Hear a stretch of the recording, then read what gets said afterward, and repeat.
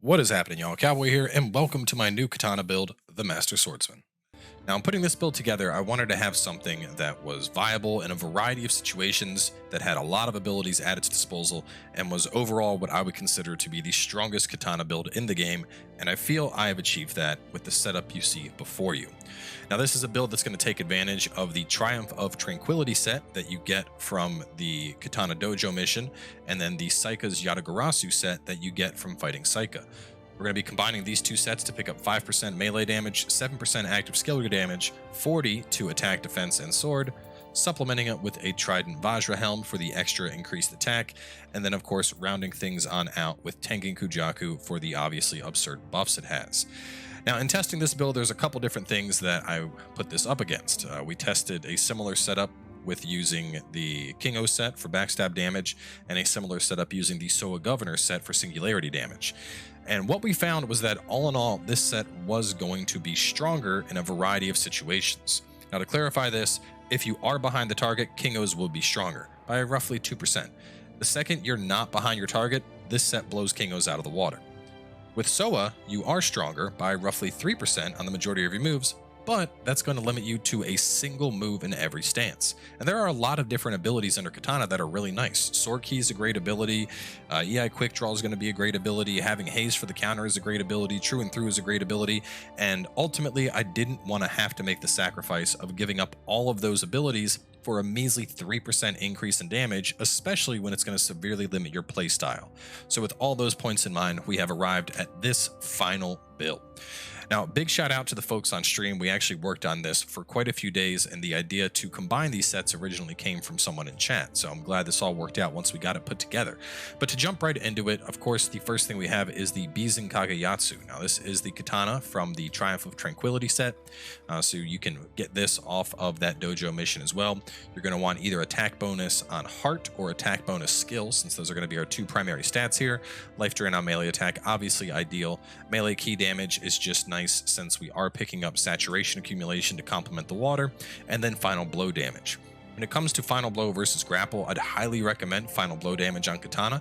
Anytime you're against human enemies, generally you can follow up an EI quick draw with a final blow under right circumstances, so it's just some natural synergy there. Now, as for the element, you can really run with whatever you'd like here. If you want to go for poison on the blade and then do poison on the accessories, feel free to. I decided to shy away from it this time because personally I feel a nerf is probably floating and it's coming our way just because of how ridiculously strong poison is. When you think about it, the 50% bonus you could get on paralyze, I could see him keeping that. But an extra 50% on poison, I don't know, man. I feel like it's going to get nerfed. So with that in mind, we went towards water, which is the natural DPS oriented element. For those that don't know, when enemies are inflicted with saturate, you gain an extra 20% damage to them. So it is a solid alternative, but as always, if you want to go poison, feel free to. As for the Hacho Nembutsu, we don't need anything on this. This is strictly here to get us our set bonuses. Moving on down, Warrior of the West Bow and Raven Wing Rifle. It doesn't matter which of these you pimp on out, just the important thing is to have damage bonus agility on whichever you keep active. I frequently switch between them, so I put it on both. That way it doesn't matter. Now moving on down, we're once again working in the Trident Vajra helm. Now this is an excellent helm when you're not running an attack-oriented buff. And what I mean by this is, if you don't have a axe for rage in the secondary slot, you're not running Carnage Talisman, anything like that, the Trident Vajra Sword Helmet is going to be a very nice buff that you pick up constantly off Purification, so essentially anytime you're fighting Yokai. Beyond that, we are going to work in a Yatagarasu chest piece, and then 3 pieces of the Master Swordsman gear. Now, obviously, you can see that I have drastically changed the fashion of all this gear. I'm actually quite satisfied with how this fashion turned on out, but just take a look at the actual icon. I don't remember exactly what we changed to, but this will give you an idea. You can look at the pictures and match it on up. But beyond that, taking a look in depth at stats, we were once again taking advantage of elemental damage taken while guarding to boost that up to 100%. Beyond that, we have EI Quick Draw inherited on every piece of gear, since that is the strongest single hitting damage move that Katana has access to. Beyond that, of course, attack has been inherited onto every piece of gear. And then we're going for things that are just nice to have. So key bonus based on Amrita gauge and a litter, efficacy. Down here, we've picked up faster winter recovery, defense bonus on the gauge, as well as the life recovery on Amrita absorption. Here we picked up Untouched Omio and Untouched Ammo and Elixir. Here we picked up the Key Bonus Recovery, Tenacity, and some Life, Dodge Key Consumption, Dodge and Dash Key Consumption, Attack, Omio Magic Power.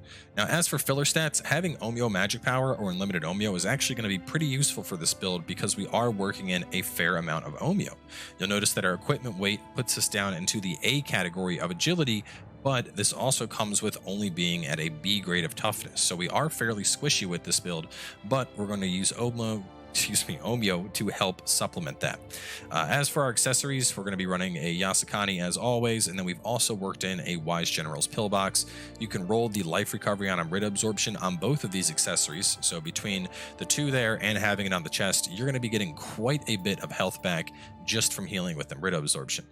Beyond that, saturation accumulation is nice on both pieces. Since I'm working on a bunch of weapons, I've rolled proficiency on them, and then elixir bonuses are just always nice to have in general. So as for our spells, we're going to be working with Protection Talisman. Now, Protection just outright nullifies damage while it's active. You just take no damage. So very, very solid choice on a build that is going to be relatively squishy. Besides that, we're going to have Barrier Talisman, of course, to keep our ki up. Anytime this does exercise a Yokai realm, we can get the bonus from Trident Vajra instantly, so some nice synergy there. Extraction Talisman just to help keep up the synergy with Tengu even more. Tengen, excuse me. Beyond that, we're going to run a Weakless Talisman for the majority of the time, one Tiger Running Scroll, and then we have some Quick Change Scrolls. Now, if you're strictly fighting human opponents, I'd suggest dropping the Weakness Talisman and instead bringing along a Carnage. Carnage will conflict with the Trident Vajra Helm, but you're not going to be getting any purification on human opponents anyway, so something to keep in mind there. Moving on down, Tengen Kunjaku. Now, I know we have used this a lot, but to be frank with y'all, there is just nothing in the game that compares to it. I have run through all of the Guardian Spirits, and as it stands right now, Tengen is just simply the king. The high stance damage bonus you get from it, you're basically putting yourself at a disadvantage to not use it when you're looking at ramping up your damage as much as possible. Now, this doesn't mean you have to use Tengen, but if you're already a fan of the Phantom counter like I am, and you just want solid bonuses, you can't go wrong with Tengen regardless of the situation. So once again, we have pulled him on out. Moving down from there, we're going to be picking up a Gyuki Soul Core. This is going to give us an extra 12% melee damage versus saturated enemies, so just extra synergy with our water. Magatsu Warrior, of course, for the anima charge bonus on cumulative damage and active skill damage it brings to the table. And then lastly, we got a Lesser Umibozo. This is going to give us a anima bonus anytime we saturate the enemy, and the active effect on this is actually pretty good. You essentially spit out some water, and in most cases, either a single use or 2 uses of it will instantly inflict the enemy with saturation, and it's relatively cheap to use. So even though we have water on our blade, this is great to instantly apply at the start of a fight, and then we're able to just use water to keep things going. Now, if you wanted to go the poison variant, obviously you would swap this out for the poison helm. You'd make sure to roll poison things on these two, and then you're going to end up changing these up as well. You'd probably go for toxic, and then you'd pull out the snake core as well, but just some things to keep in mind. There is a fair amount of flexibility with this build in terms of the element you run and the specific guardian spirit and specific cores, but the main gist here is going to be combining the Master Swordsman set along with the Yatagarasu set to pick up that extra 5%, which will supplement all of our other stats here to put us in a very, very powerful place. Now moving on to our secondary Guardian Spirit, there are a couple different choices you can go with here. I ended up going with Mikami for the extra final blow damage. That fire damage, unfortunately, isn't going to help us at all, but because how common final blows are playing Katana, I felt it was a worthwhile choice picking that on up. Alternatively, my secondary suggestion would be to go with, here we go, Hakutaku here. Just a very solid choice when you're running Phantom to pick up an extra 15% Yokai ability damage on any Phantom-based moves. Moving on from there, though, let's take a look at our skills. Now, I actually don't have max proficiency in swords, so I'm still leveling it up, but some main things to point out here are you're going to want Sword of Execution. This is going to be the ideal Mystic Art here. It just gives you even more damage anytime you're behind a target. Sword of Serenity here, a excellent follow-up to Sword Key, which is a great move in and of itself. Of course, you're going to want to go all the way up to EI Quick Draw 3. This allows you to instantly get into stance anytime you do a key pulse. As for your counters, you can go for either Haze 2 or Water Shadow. Personally, I prefer Haze 2 since this is going to require a L1 triangle, and I prefer to save that for Sword Key. Haze is just an awesome move. That stab typically ends up bottoming out key on enemies a lot of the time, which will allow you to follow up with an EI Quick Draw or a Final Blow, depending on what you're in the mood to do. Beyond there, Backwave and Tempest, great moves.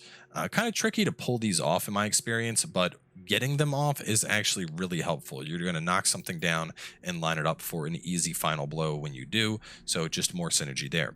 On that note, of course, make sure to pick up the Armor Pierce for passives to increase your final blow damage. Make sure to pick up Shadow Strike to further amplify your damage from behind.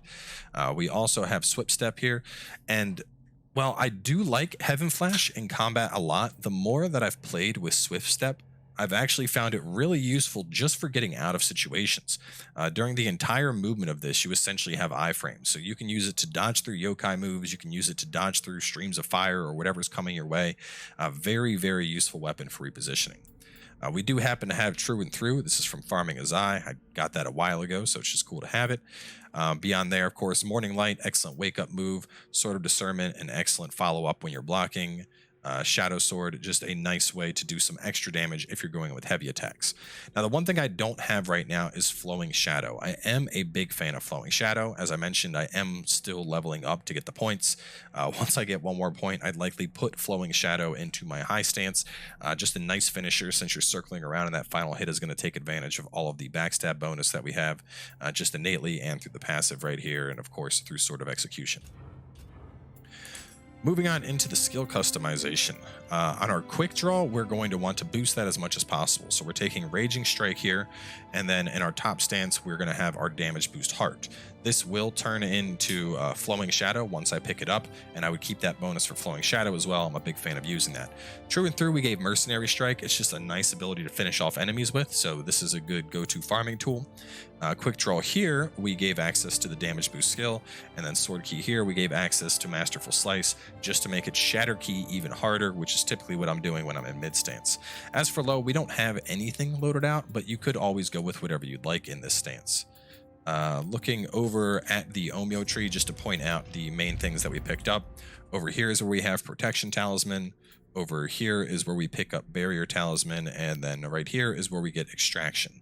Beyond that, Carnage over there, of course, and Weakness over there. But, I mean, by this point in the game, your whole tree's filled out anyway, all right?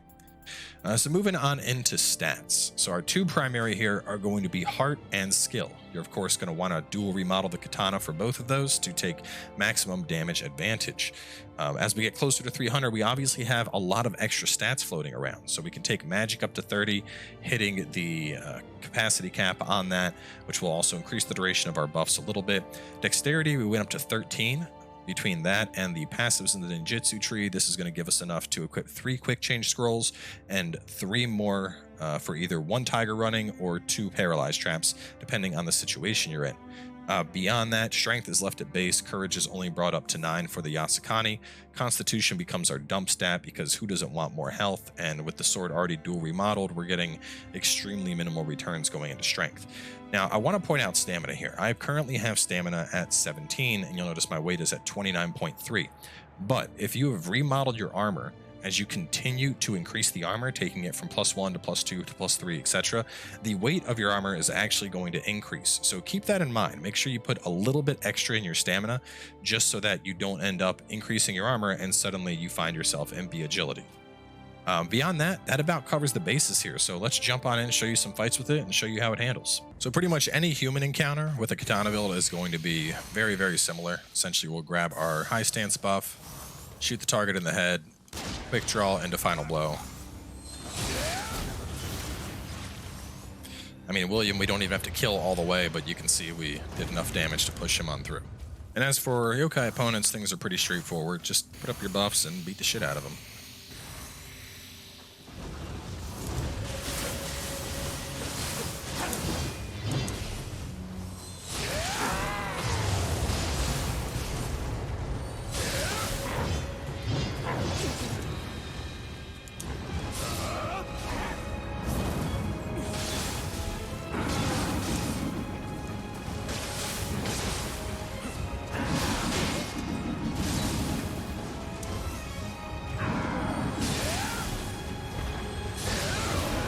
Instead of filling the rest of the video with a bunch of 30-second fights against random bosses, instead we're just going to haul ass through the final mission of the game, kind of show you how this does with progression, because after all, that's the point of all these builds, you know.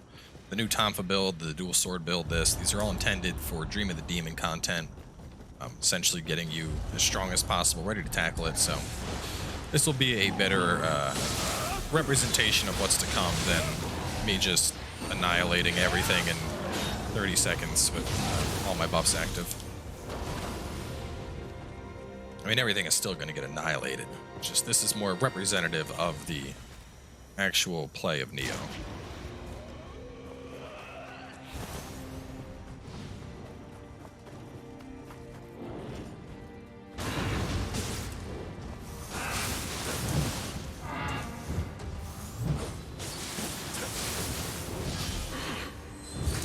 Oh, it hit me right before I could get it off.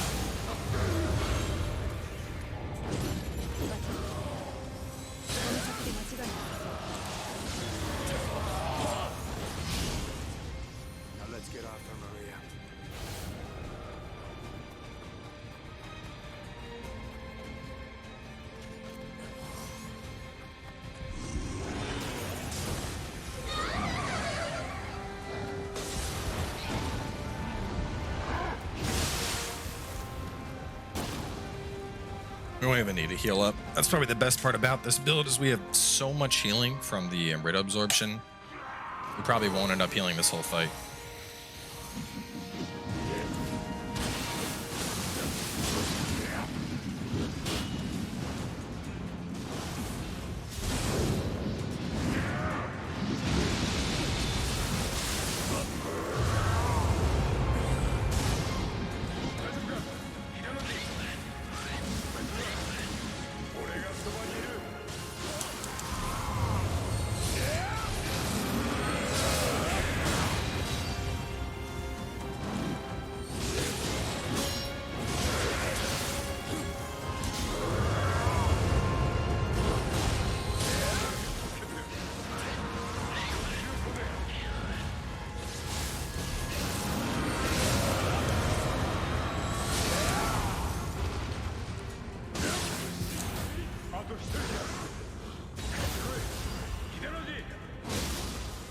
And that's a dead final boss.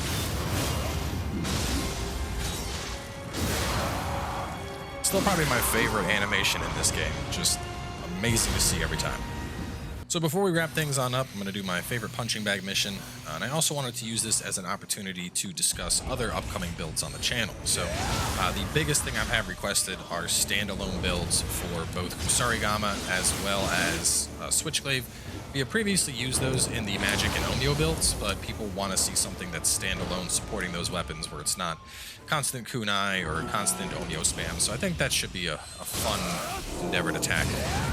Beyond that, I don't have any plans right now to update the axe, spear, or hatchet builds. I'd say the gear that I had used on those builds is still incredibly viable.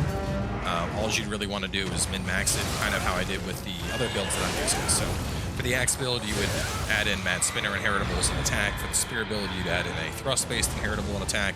And for the hatchet build, you'd add in a throwing-based inheritable and attack. But beyond that, those builds and the sets used on them are still incredibly powerful and no real updates are needed to them. So either way, that is going to wrap this on up. Make sure to keep your eyes out for the Kusarigama build. I don't know if I'm doing Kusarigama or Switchblade first. I have ideas for both of them, so it really just depends which kind of flows together more.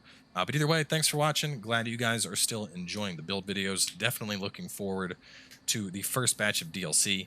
I know right now there is no confirmed date for it, but as you can guess, the moment it's out, I will be covering it. So appreciate the support on the build videos, and I will catch you guys next time.